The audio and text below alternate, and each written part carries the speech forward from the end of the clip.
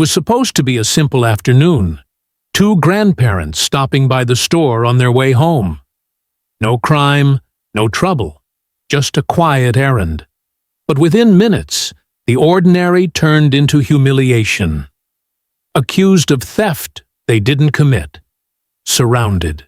By flashing lights and suspicious stares, they were treated like criminals for simply existing.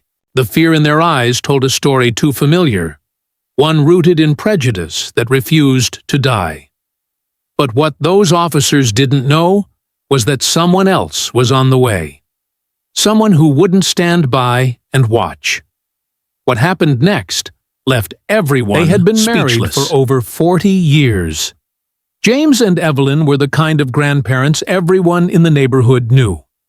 Gentle, respectful, and deeply rooted in their community. Every Sunday, they walked to church together, holding hands, like they had since their teenage years. On weekdays, Evelyn loved tending to her small garden, while James spent his time volunteering at the local community center, mentoring young kids who didn't always have a father figure. On this particular afternoon, their errands were simple. A quick stop at the grocery store for bread, milk, and a few treats for their grandchildren. Nothing unusual, nothing that should have drawn anyone's attention. They walked the aisles slowly, chatting about dinner plans, laughing softly at private jokes. It was the kind of ordinary day they cherished. But, in today's world, ordinary wasn't always safe, especially for people who looked like them. The moment they stepped out of the store, they noticed eyes following them. A clerk whispered to a manager.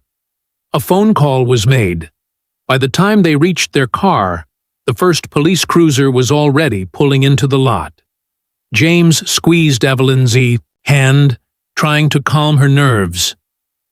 "It's nothing," he whispered, though a pit was forming in his stomach. Two officers stepped out, their stares sharp, their movements deliberate. Within moments, the air shifted.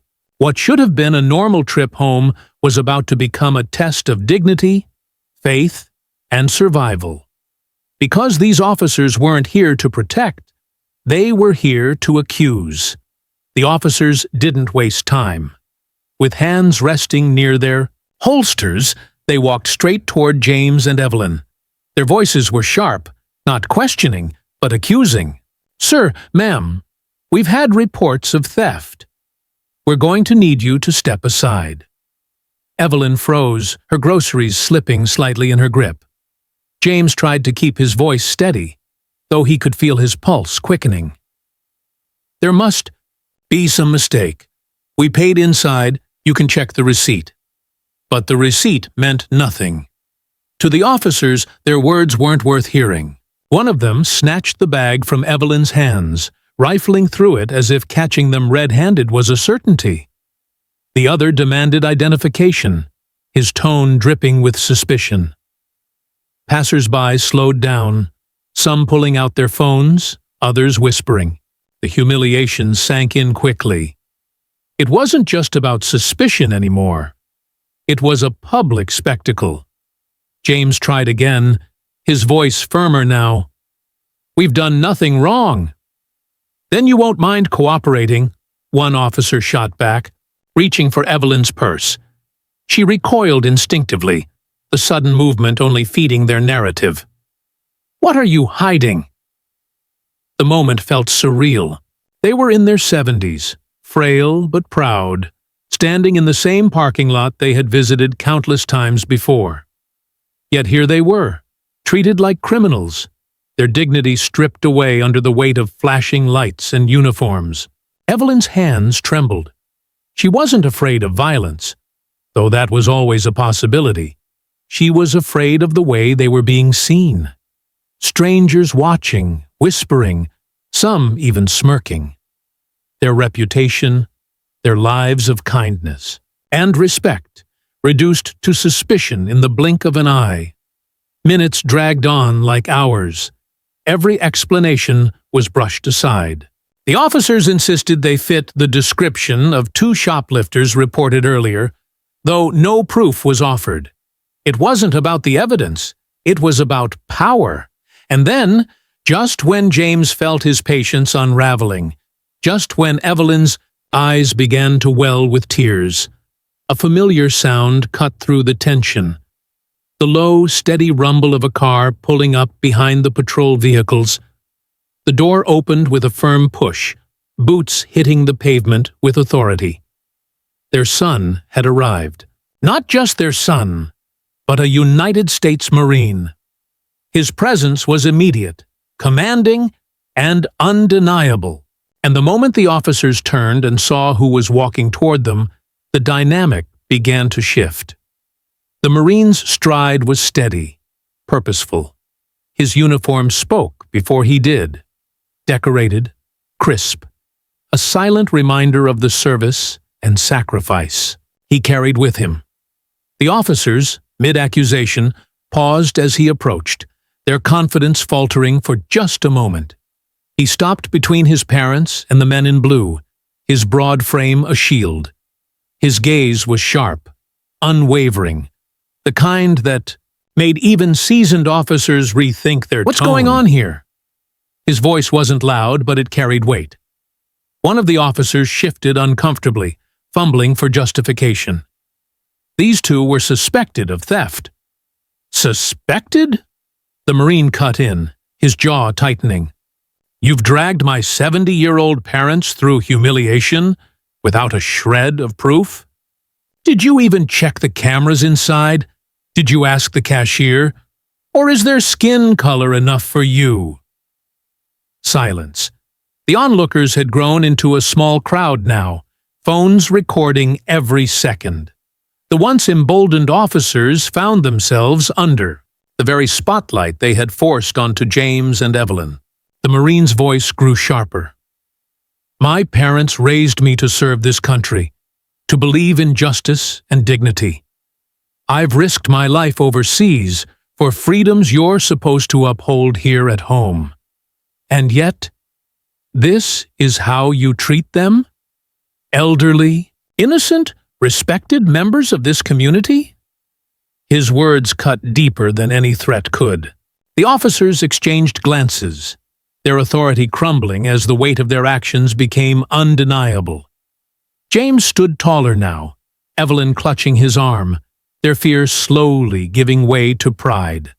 For once, they weren't voiceless. Their son had made sure of it. The Marine took one final step closer, his voice steady but cold. "So, I'll ask again. Are you going to apologize and walk away? Or do you want to explain this on the evening news, in front of every single camera watching?" Right now, the parking lot was silent, save for the faint hum of recording phones. The power dynamic had shifted completely. And in that silence, the officers realized they had lost. The officers mumbled half-hearted apologies, their earlier aggression, melting into awkward excuses. But the damage had already been done. No apology could erase the humiliation James and Evelyn had just endured. No words could take back the way strangers had stared, or the way their hearts had raced under the shadow of flashing lights. The Marine didn't move until he was certain his parents were safe. He helped Evelyn gather her scattered groceries, placed a steadying hand on his father's shoulder, and guided them back toward their car. The crowd slowly dispersed, but the phones had already captured everything. What was meant to be a quiet errand had now become evidence. Another story of how quickly prejudice could turn the innocent into suspects. That night, around their dinner table, James and Evelyn sat quietly, still shaken. Their son tried to lighten the mood, telling stories from his service days, but even he couldn't erase the memory of what had happened.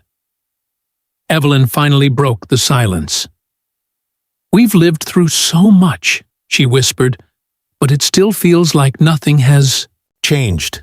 Her words hung heavy in the room, because she was right. What happened to them wasn't new.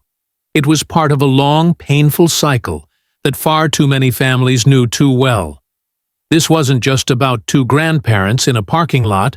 It was about a system that allowed suspicion to override humanity, and about a society still struggling to see Black lives as worthy of dignity and respect. The question lingers long after the flashing lights fade. How many more times will stories like this repeat before change finally takes root? And perhaps the more haunting question, how many others don't have a Marine son arriving in uniform to turn the tide? And that's the story of James and Evelyn, two grandparents whose simple trip to the store turned into a painful reminder of the prejudice still alive today. They were lucky their son arrived when he did. But not every family gets that kind of protection. Stories like this aren't just moments in time. They're warnings, lessons, and calls to action. If you believe these voices deserve to be heard, share this video, leave your thoughts in the comments, and let's keep this conversation alive. Because silence only protects the problem, and together we can do better.